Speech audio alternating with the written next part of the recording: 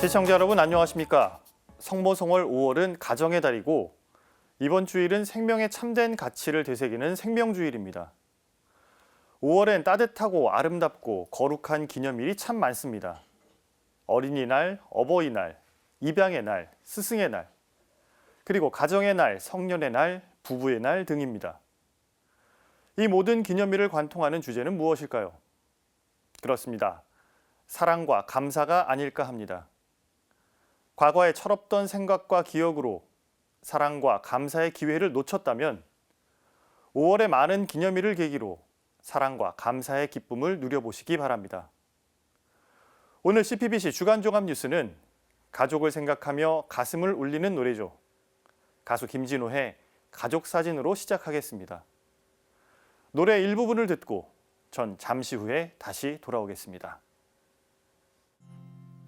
어른이 되어서 현실에 던져진 나는 철이 없는 아들이 되어서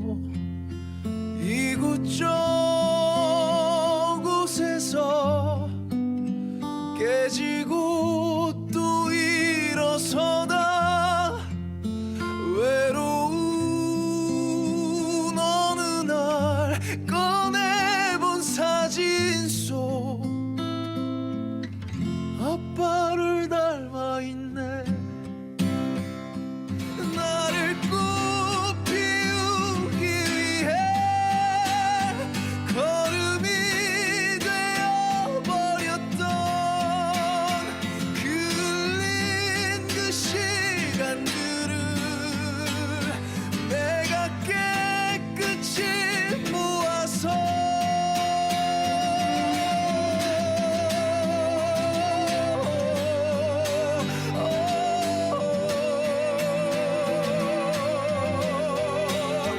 당신의 웃음꽃 피우기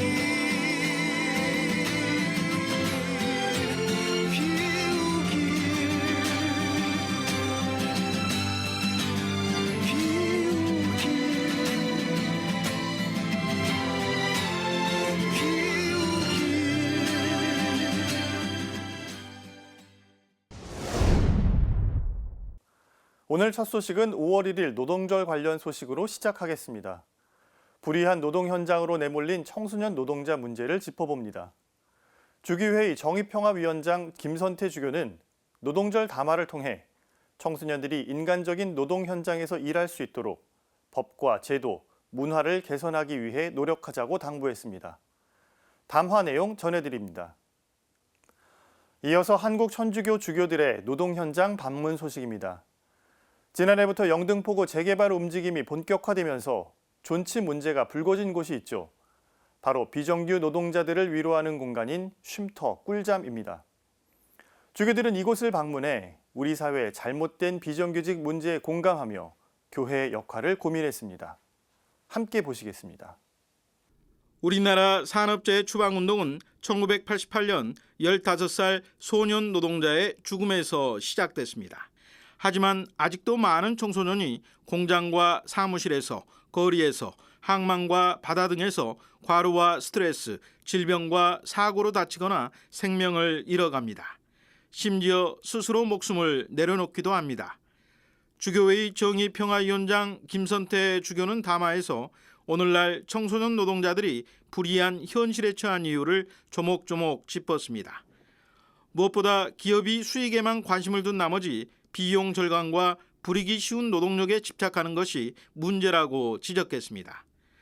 또한 취업률과 지원금만을 우선시하는 교육계와 정부의 일관성 없는 행정, 노동자들 간의 강요 행위가 방치되는 사이 청소년들은 하나둘씩 죽어가고 서서히 그들의 가정도 파괴되고 있다고 진단했습니다.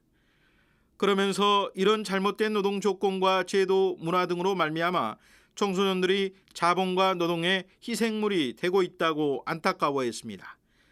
김 주교는 이들 청소년 노동자에게 손을 내밀어야 하는 이유를 성경에 나오는 한 젊은이의 장래 행렬을 들어 설명했습니다. 예수님께서는 행렬을 마주했을 때 그냥 지나치지 않고 손을 내밀어 젊은이야 일어나라라는 말씀으로 마침내 청년에게 생명과 꿈을 돌려주었다고 일깨웠습니다. 따라서 우리도 청소년 노동자들에게 손을 내밀어 자신의 꿈을 온전히 펼칠 수 있는 인간적인 노동 현장을 만들도록 노력하자고 촉구했습니다. 사회의 정의로움은 가장 작은 노동자인 청소년 노동자의 보호 여부에 따라 결정되기 때문이라고 김주교는 설명했습니다. 그렇기에 청소년이 더 이상 어른의 탐욕으로 희생되는 것이 아니라 인간으로서 존중받고 안전하게 성장하며 자기 자신을 완성할 수 있는 사회가 절실히 요구된다고 말했습니다. 이를 위해 김선태 주교는 정부와 교육계, 기업과 사회 전체는 물론 어른들이 손을 내밀고 청소년들이 다시 일어설 수 있도록 각자의 책임을 다해야 한다고 강조했습니다. 특히 청소년의 현재와 미래를 위한 법과 제도를 마련하고 실행하며 현재의 노동 현실과 문화의 개선을 위해 노력해야 한다고 촉구했습니다. 새 정부를 향해선 인간의 탐욕이 아닌 인간의 생명과 공동선을 위한 정책을 통해 청소년에게 희망과 용기를 주기를 바란다고 당부했습니다. CPBC 윤재선입니다. 비정규 노동자들을 위해 2017년 서울 영등포구 신길동에 지어진 쉼터 꿀잠. 노동자와 시민들의 모금으로 완성된 꿀잠은 해마다 노동자 4,000명이 오가는 따뜻한 안식처입니다. 지난 27일 쉼터 꿀잠에 노동자들이 아닌 특별한 이들이 방문했습니다. 주교 현장 체험의 일환으로 한국 천주교회 주교들이 꿀잠을 찾은 겁니다. 꿀잠은 회사와 맞서는 해고 노동자들을 지원하는 연대 공간이자 머물 곳 없는 지방 노동자들이 언제든 쉴 수 있는 공간입니다. 이번 현장 체험에는 주교회의 의장 이용훈 주교와 전주교구장 김선태 주교, 춘천교구장 김주영 주교가 참석했습니다. 주교들은 꿀잠이 만들어지게 된 이야기를 듣고 비정규직 노동자들이 처한 현실에 대해 논의했습니다. 노동자들이 투쟁의 고단함을 잊고 심신을 달래던 꿀잠 공간의 구석구석을 세심히 살피기도 했습니다. 공간이 좁아서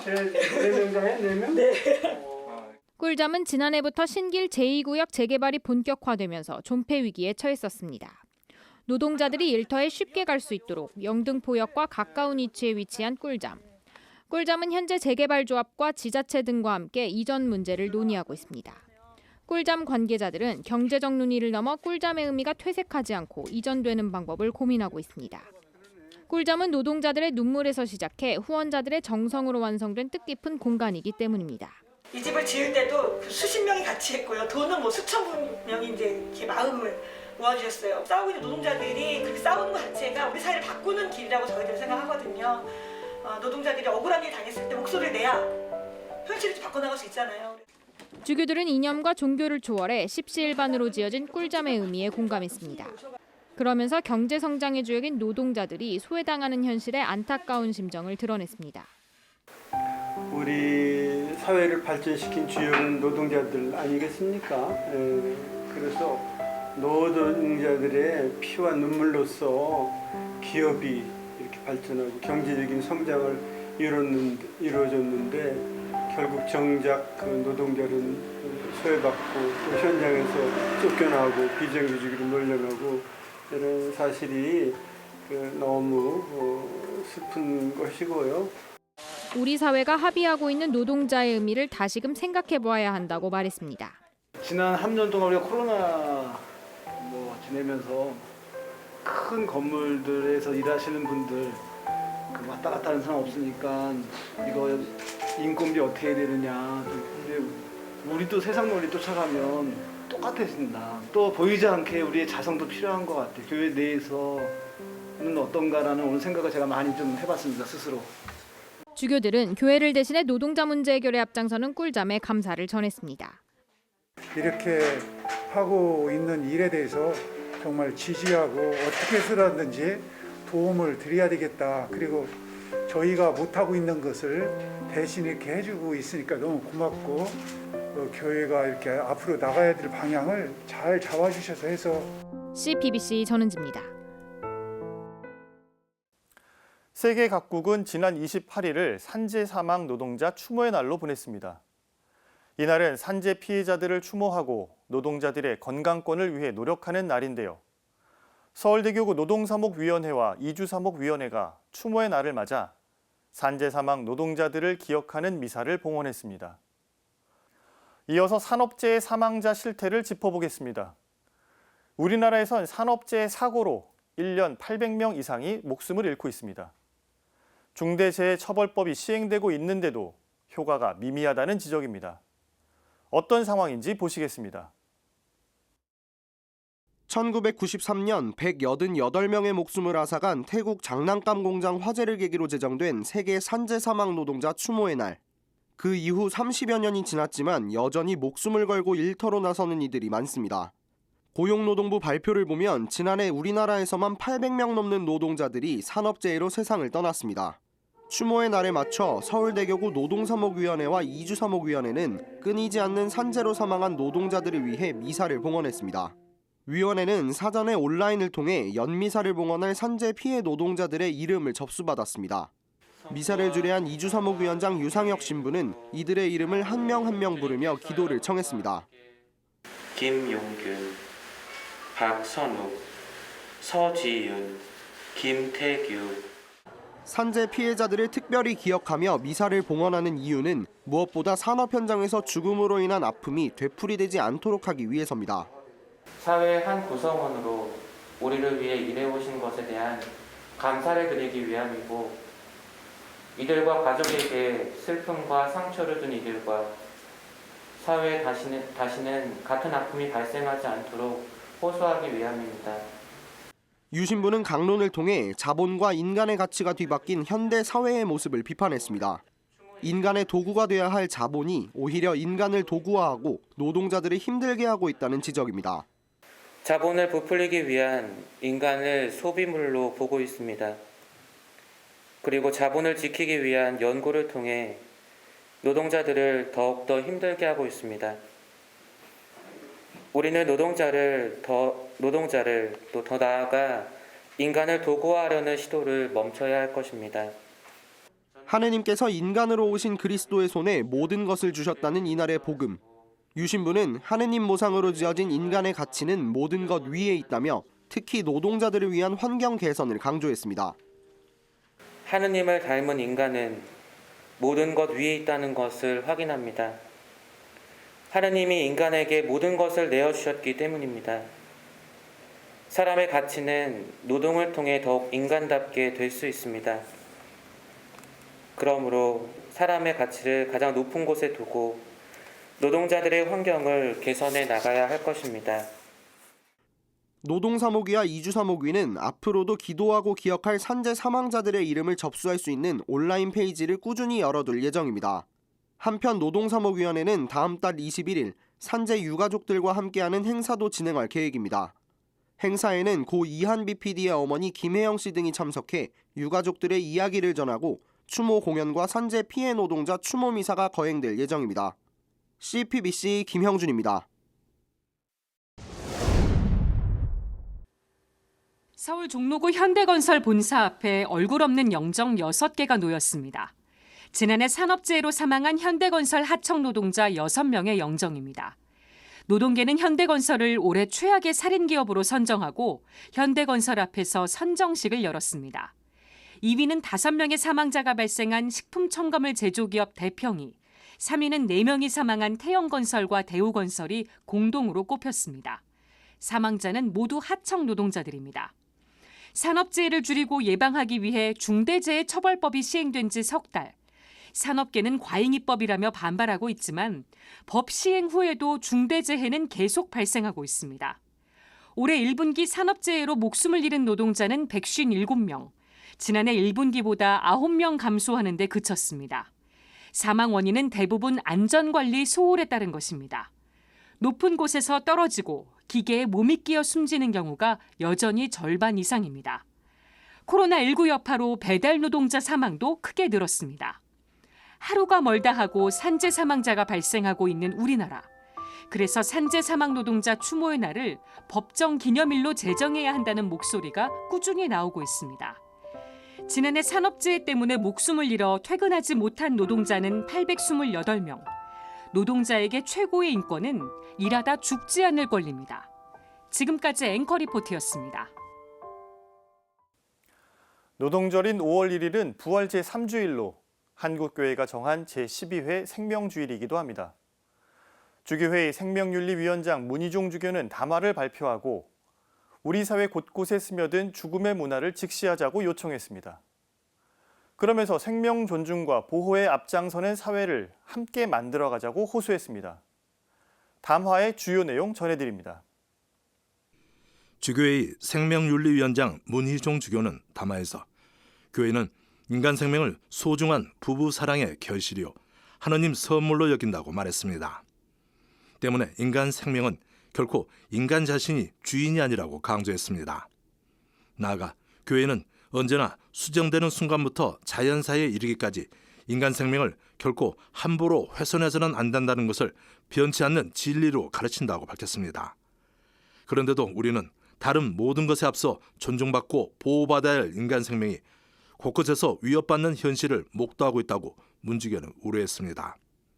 문주교는 어머니 몸 안에 잉태된 태아도 엄연한 인간 생명이기에 낙태는 심각한 죄악이라고 말했습니다. 이어 형법상 낙태죄 관련 조항이 헌법재판소의 헌법 불합치 판정을 받았다고 해서 낙태가 죄가 아닌 것은 아니라고 분명히 했습니다. 문주교는 신앙인들은 하느님 법과 양심에 따라 낙태를 단호히 거부해야 한다며 관련 법 개정안이 생명을 살리는 방향으로 강화되기를 거듭 촉구했습니다. 아울러 임신과 출산, 양육이 짐이 아닌 축복이 되도록 정부 당국과 여야 정치인, 시민사회단체가 함께 힘을 모아주기를 요청했습니다. 문희종 주교는 생명을 존중하고 보호하는 일은 무엇보다도 가정에서부터 시작돼야 한다고 역설했습니다. 관련해 정부가 추진하고 있는 제4차 건강가족 기본계획에 대해 우려를 표명했습니다. 특히 비혼 동거와 사실혼을 법적 가족 개념으로 폭넓게 확대하고 있고 이는 나아가 동성혼의 합법화로 이어질 수 있다고 비판했습니다. 문주교는 비혼 동거나 사실혼 관계에 있는 이들이 정부 복지 혜택에서 소외돼서는 안 되지만 가족 개념 자체를 확대 변경에 야기되는 혼란을 간과해서는 안 된다고 당부했습니다. 문주교는 또 교회는 하느님께서 맺어주신 부부의 사랑이 삼위일체이신 하느님의 사랑을 드러내주는 표지, 곧 성사라고 가르친다고 설명했습니다. 하지만 개인의 선택과 자유에 기반한 건강가족 기본계획은 부부 일치와 사랑, 자녀 출산과 양육이라는 가정의 고유한 개념과 소명을 훼손할 여지가 크다고 지적했습니다. 이른바 존엄사와 안락사로 불리는 조력 자살에 대해서는 명백한 살인 행위라고 규정했습니다. 죽음을 선택할 권리 또는 고통을 줄여주는 자비라고 미화하더라도 명백한 살인 행위라는 것입니다. 문주교는 교회는 생애 말기의 환자들이 편안하고 인간다운 임종을 맞도록 도와주는 호스피스 완화 의료를 권장한다고 상기했습니다. 이어 정부가 호스피스 완화 의료 대상 범위를 확대하고 시설과 제도적 장치를 확충하는 데 힘써주기를 요청했습니다. 문주교는 우리나라에는 낙태를 허용하는 법이 아니라 생명을 보호하고 생명의 존엄성을 증진하는 법이 필요하다고 역설했습니다. 그러면서 임신과 출산이 짐이 아닌 축복이 되는 사회, 미혼부모 가정이나 한부모 가정 또는 조선 가정 등이 소중하게 보살핌을 받는 사회, 생의 마지막을 평안하고 인간답게 마칠 수 있는 사회를 소망했습니다. 문주교는 이를 통해 생명의 신비를 드높이 경축하는 사회가 되도록 함께 노력하자고 호소했습니다. CPBC 김영규입니다. 사회적 거리두기가 전면 해제되면서 본당들도 점차 일상을 회복해가고 있습니다. 지난 주일부터 미사 참례자 수 제한이 사라지고 성가도 다 함께 부를 수 있게 됐는데요. 성당에선 신자들이 서로 어깨가 닿을 정도로 가까이 앉아 미사에 참여했습니다. 사회적 거리두기 해제 후 첫 주일 미사 풍경을 취재했습니다. 이어서 포스트 코로나 시대, 종교가 나갈 길을 모색한 세미나 소식 전해드립니다. 코로나19로 어려움을 겪는 건 다른 종교도 마찬가지입니다. 천주교와 불교, 개신교, 전문가들이 모여 코로나 이후 종교가 나아갈 길을 어떻게 모색했는지 함께 보시겠습니다. 하느님의 자비주일인 24일 서울대교구 주교자 명동대성당 교중미사. 미사를 주례한 서울대교구 총대리 손희송 주교는 마스크를 착용하지 않았습니다. 신자들은 옆 사람과 닿을 듯 가까운 거리에 앉아 미사에 참여합니다. 거리를 둔 채 목례로 간단히 하던 평화 인사도 훨씬 자연스러워 보입니다. 아직은 미사나 본당 모임에서 마스크 착용을 해야 하지만 신자들 표정엔 벌써 숨통이 트입니다.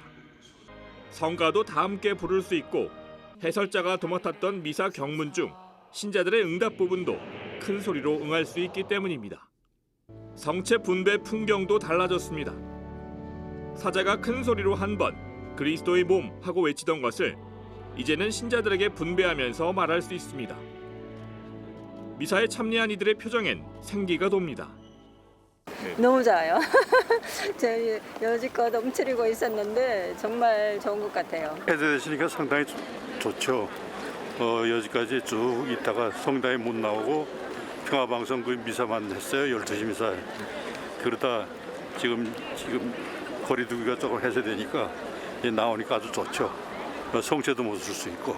그동안은 약간 교회 활동이 좀 위축된 게 있었던 것 같은데 좀 해제되고 이래서 뭔가 미사 드리는 신자분들도 늘어난 것 같고 저도 뭔가 좀 그동안 위축된 것 같은데 지금 이렇게 같이 다른 신자분들이랑 함께 더 많은 분들과 함께 할 수 있어서 좋았던 것 같아요. 사제들도 사회적 거리 해제 덕분에 숨통이 트이는 건 마찬가지. 미사가 재개된 이후에도 20명, 49명, 99명, 또 299명 이런 인원 제한이 생겨서 미사에 참여하고 싶어도 하지 못하고 또 영성체도 제대로 하지 못하는 어쩌면 영적으로 목마르고 답답한 시간들의 연속이 아니었나 생각됩니다. 그렇게 신앙의 어두운 밤을 지내고 계셨던 분들과 또 신앙에 대한 목마름에 지쳐서 방황하셨던 그런 분들에게 어쩌면 오늘 복음이 작은 위로와 희망을 불어넣어주는 것이 아닌가 생각됩니다. 명동 본당에는 실제로 미사 참례자 수가 눈에 띄게 늘었습니다. 24일 낮 12시 교중미사 참례자 수는 750여 명. 오후 4시 미사엔 더 많은 신자들로 붐볐습니다. 사회적 거리두기가 한창이던 사순 시기에는 교중미사 참례자 수가 300명을 넘지 못한 적이 많았습니다. 성주간이 시작된 주님 순환 성지주일에는 조금 늘어 교중미사 참례자 수는 434명이었습니다. 손희성 주교는 신자들이 본당으로 돌아오길 희망했습니다. 미사는 은총의 종합 선물입니다. 신자 여러분들 그 은총의 종합 선물 받으러 미사에 많이 오시기 바랍니다. 한편 방역 당국은 25일부터 코로나19의 감염병 등급을 2급으로 하향 조정해 의료와 방역 체계 일상 회복을 본격화했습니다. 하지만 여전히 코로나19가 종식되진 않은 만큼 개인의 방역과 위생에 만전을 기해야 할 것으로 보입니다. CPBC 이시민입니다. 탈종교화로 인한 입교자 수의 감소와 고령화, 지속적인 성소자 수 감소까지 한국 천주교회가 마주한 엄중한 현안이 산적해 있습니다. 불교나 개신교 등 다른 종교들의 상황도 별반 다르지 않습니다. 세계를 덮친 코로나19는 이러한 경향을 더욱 심화시켰습니다. 종교 활동에 제약이 있었던 2년 반을 뒤로하고 이제는 일상 회복에 나서고 있는 시점. 코로나 이후 종교의 역할을 모색하기 위해 천주교와 불교, 개신교의 전문가들이 한자리에 모였습니다. 26일 포스트 코로나 시대의 종교를 주제로 열린 세미나는 가톨릭 평론과 불교 평론 합동으로 진행됐습니다. 각 종교 전문가들은 무엇보다 종교가 생태에 관심을 가져야 한다고 입을 모았습니다. 코로나19의 근본 원인으로 자연 파괴가 꼽히고 있는 가운데 종교계가 힘을 모아야 한다는 겁니다. 제가 감히 단언하고 싶은 것은 생태계에 무관심한 종교는 21세기 종교로서의 자격을 박탈당할 수밖에 없다. 이렇게 보고 싶습니다. 불교의 영기적 지혜라든지 도교적 사유라든지 그리스도교의 어떤 생태적 감수성, 그러니까 모든 피조물이 이제까지 함께 신음하며 해산의 고통을 함께 겪고 있다라고 하는 그런 생태적 감수성과 자연을 돌보는 책임성들이 재난이 종교에게 기대하고 새로운 대화 문명을 위해서 종교가 기여할 바인 것 같습니다. 불교 측 발표자로 나선 언론인 곽병찬 씨는 코로나19 사태가 자본주의 사회의 욕망을 잠시 멈추고 돌아볼 수 있는 계기를 제공했다고 설명했습니다. 더 빨리, 더 많이, 더 높이만을 추구하는 사회에서 으뜸된 가르침인 종교의 지혜가 필요하다는 제언입니다.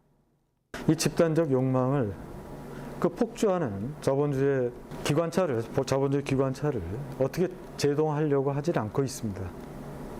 기댈 건 사실 보면 그런 의미에서 종교밖에 없는 것 같습니다. 가톨릭계에서는 이미영 우리신앙연구소장이 발표를 맡았습니다. 이 소장은 신자들이 교회의 공적 사회적 역할을 원한다는 코로나 시기 통계 결과를 제시했습니다. 사회의 안전을 위해 미사까지도 유보해야 했던 신자들, 어려운 이웃들을 돕고 생태적 위기에 공감하며 우리만의 구원이 아닌 세상과 함께 구원받아야 한다는 공동체성의 강화가 과제로 꼽혔습니다. 이 포스트 코로나 시대의 종교는 그 자기 초월의 방식으로 자신의 삶을 통합하려는 영성의 축복과 어떻게 보면 이제 개인의 차원을 좀 넘어서서 우리 사회도 더 넣어가서 이제 자연 세계 안에서 좀 더 확장되고 구체적으로 살아내는 그 실천으로 좀 통합이 되어야 되지 않을까 싶습니다. CPBC 김형준입니다. 지난해 한국 천주교의 상황을 담은 통계가 나왔습니다. 코로나19 장기화 여파로 주일미사 참여율이 한 자릿수로 떨어졌고요. 전국 대부분 교구가 초고령 교구에 진입했습니다. 다만 유아 세례와 천년성체 회복세가 두드러진 점은 고무적입니다. 주교회의가 공개한 한국 천주교 통계 2021 주요 내용 전해드립니다.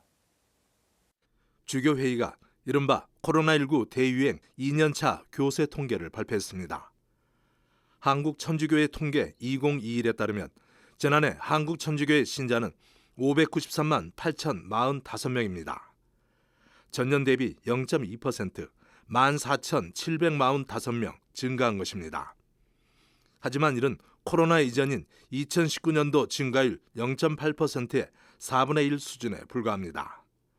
총 인구 대비 신자 비율은 11.3%로 전년 대비 0.1%포인트 증가했습니다.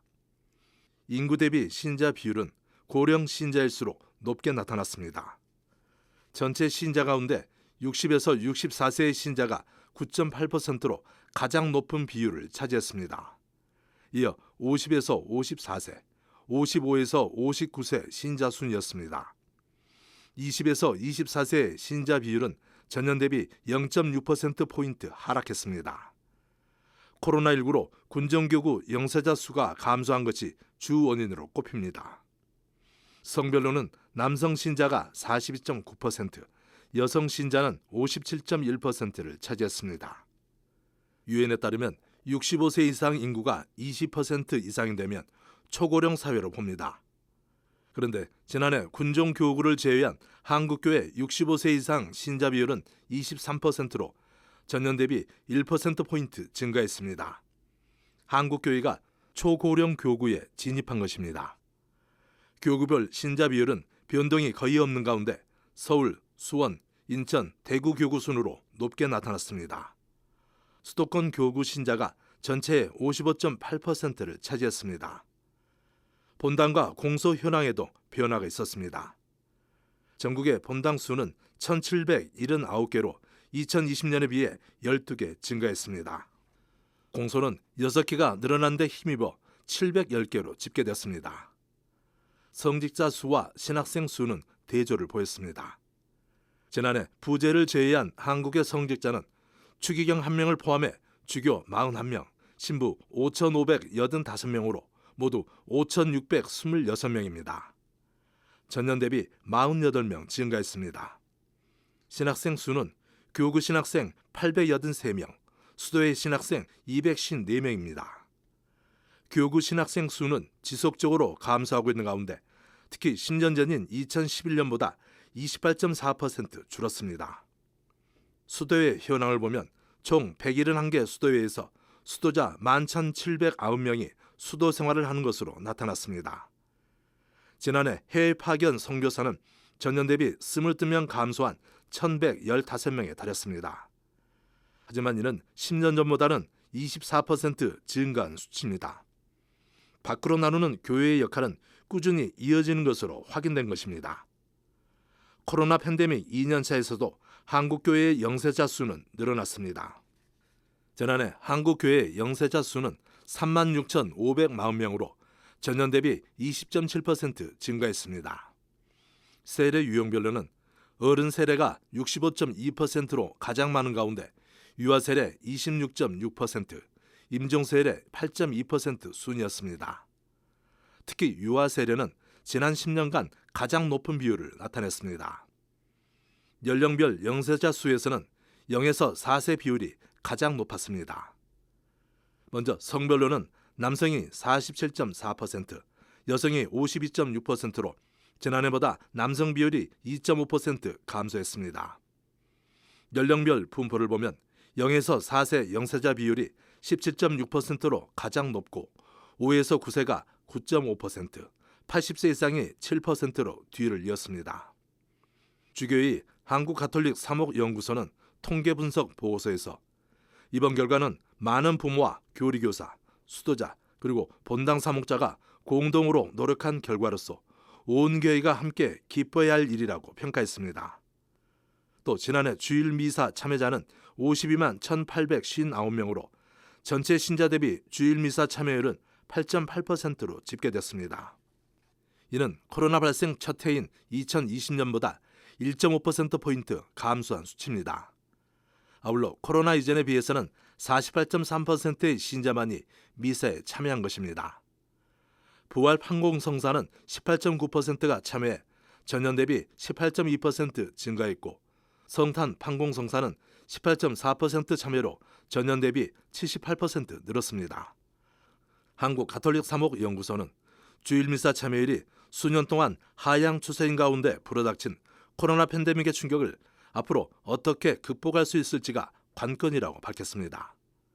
이어 한국교회는 하느님 백성이 가능한 한 빨리 깨끗해진 마음과 새로운 경이로움으로 성찬례에 참여할 수 있도록 각고의 노력을 다해야 할 것이라고 말했습니다. CPBC 김영규입니다. 지난 27일은 정진석 추기경이 우리 곁을 떠난 지 꼭 1년이 되는 날이었습니다. 서울대교구는 이날 오전 일주기 추모미사를 봉헌하고 추기경의 뜻을 기렸습니다. 선종 일주기를 맞아 추기경의 유품을 볼 수 있는 특별전도 개막했습니다. 정진석 추기경 선종 일주기 추모 소식을 전해드립니다. 사목표어대로 생의 마지막 순간까지 모든 이에게 모든 것이 되어주었던 목자. 정진석 추기경 선종 일주기 추모 미사가 오늘 오전 서울대교구 주교자 명동대성당에서 봉헌됐습니다. 미사엔 주교단과 사제단, 수도자와 각계 인사 등 1000여 명이 함께했습니다. 미사를 주례한 서울대교구장 정순택 대주교는 정진석 추기경의 삶은 세 가지 모습으로 우리에게 가까이 다가왔다고 추모했습니다. 선교의 열정이 탁월한 사목자, 뛰어난 교회법 학자, 그리고 뛰어난 영성가로서의 모습입니다. 정 추기경님께서는 항상 기도하시는 모범을 보여주시면서 매년 영성서적을 한 권씩 쓰시는 열정과 노력을 통해서 직접 저술하신 책만 46권이고 번역하신 책이 14권 해서 총 60여 권에 이르는 방대한 저술 활동을 통해서 저희 교우들 모두에게 영적인 힘을 나눠주신 탁월한 저술가이시기도 하셨습니다. 정대주교는 정추기경이 보여준 사랑과 나눔의 숭고한 모범도 되새겼습니다. 청빈한 생활을 실천하시면서 교구와 또 보훈처에서 지급되는 생활비를 아끼고 또 모으셨습니다. 그리고 이렇게 모여진 통장의 잔고 전액을 기부하시며 만들어지신 것이 지금의 정진석 추기경 선교 후원회입니다. 미사 중에 CPBC가 제작한 추모 영상이 상영되면서 추모 분위기가 무르익었습니다. 하나님께 우리 자신을 봉헌하는 본보기가 지게 하면서 살게 해주신 뜻을 고맙게 감사하면서 삽시다. 하느님한테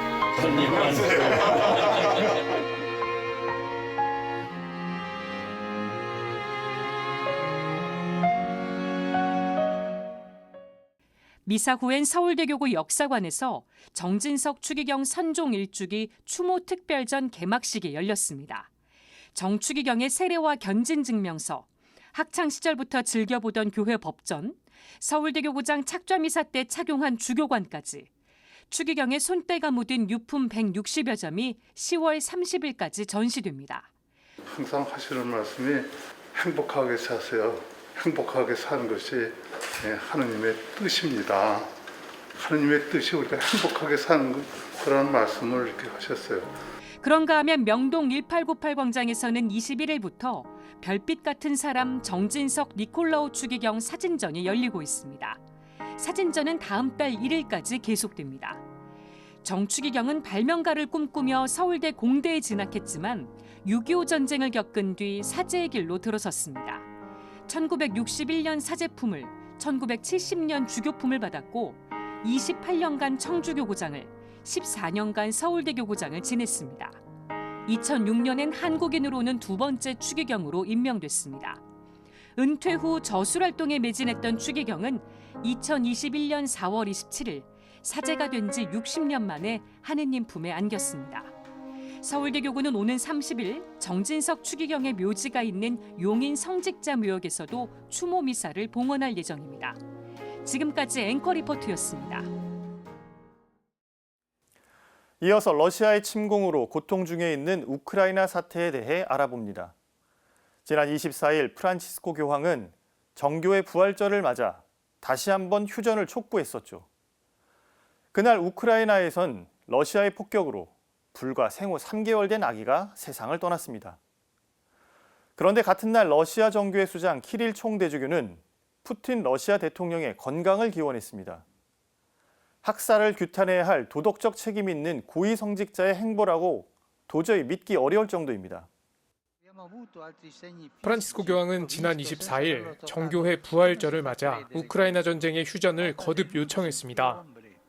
Si arresti l'attacco per venire incontro alle sofferenze della popolazione stremata. Ci si fermi, obbedendo alle parole del risorto che il giorno di Pasqua ripete ai suoi discepoli, pace a voi, pace a voi. 가톨릭교회 최고 지도자가 공식 석상에 나설 때마다 전쟁 중단을 촉구하는 이유는 명확합니다. 정치 지도자의 어리석은 결단이 수많은 힘없고 약한 이들의 생명을 앗아가기 때문입니다. 실제로 러시아는 현지 시간으로 지난 23일 우크라이나 남부 오데사에 순항 미사일을 발사했습니다. 수십 명의 사상자가 발생했는데 희생자 중에는 생후 3개월 아기도 있습니다. 오데사 시위의 부의장은 푸틴이 보낸 부활절 선물이라고 맹비난했습니다. 우크라이나 국민들은 눈물의 부활절을 맞아야 했습니다. 더 충격적인 점은 러시아 정교회를 이끌고 있는 키릴 총대주교의 메시지입니다. 키릴 총대주교는 부활절을 맞아 푸틴 대통령의 건강을 기원했습니다. 심지어 푸틴 대통령에 대해 러시아 국민에게 고상하고 책임감 있는 봉사를 하고 있다고도 했습니다. 우크라이나 전쟁을 구원에 빗대어 말하기도 했습니다. 평화를 외치고 끔찍한 학살을 규탄할 도덕적 책임이 있는 고위 성직자의 발언이라고 믿기 어려울 정도입니다. 교황청이 공식적으로 이유를 밝히진 않았지만 교황과 키릴 총대주교의 만남이 왜 계속해서 미뤄진 건지 짐작할 수 있는 대목입니다. 아울러 교황은 최근 아르헨티나 매체와의 인터뷰에서 6월 예정된 키릴 총대주교와의 만남이 취소됐다고 밝혔습니다. 교황은 키릴 총대주교와의 만남을 강행할 경우 혼란을 야기할 수 있다고 설명했습니다. Tacciano le armi affinché quelli che hanno il potere di fermare la guerra sentano il grido di pace dall'intera umanità. Dio benedica. 한편 교황은 최근 다리 통증으로 인해 공식 일정을 취소했습니다. 공식 미사에서도 다른 성직자가 주례하고 교황은 강론만 하는 모습이 자주 포착됩니다. 교황은 일반 아련 말미에 현재 다리 상태를 직접 설명하기도 했습니다. Vi chiedo scusa perché vi saluterò seduto, perché questo ginocchio non finisce di guarire e non posso essere in piedi tanto tempo. Scusatemi per questo. Grazie. CPBC 맹현균입니다.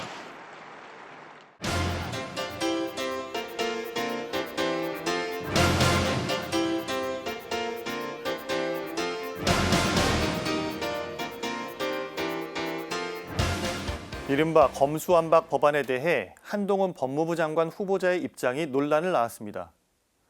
지난 13일 한 후보자는 국회 수사기소 분리 법안을 두고 법안 처리 시도가 반드시 저지돼야 한다고 의견을 냈습니다.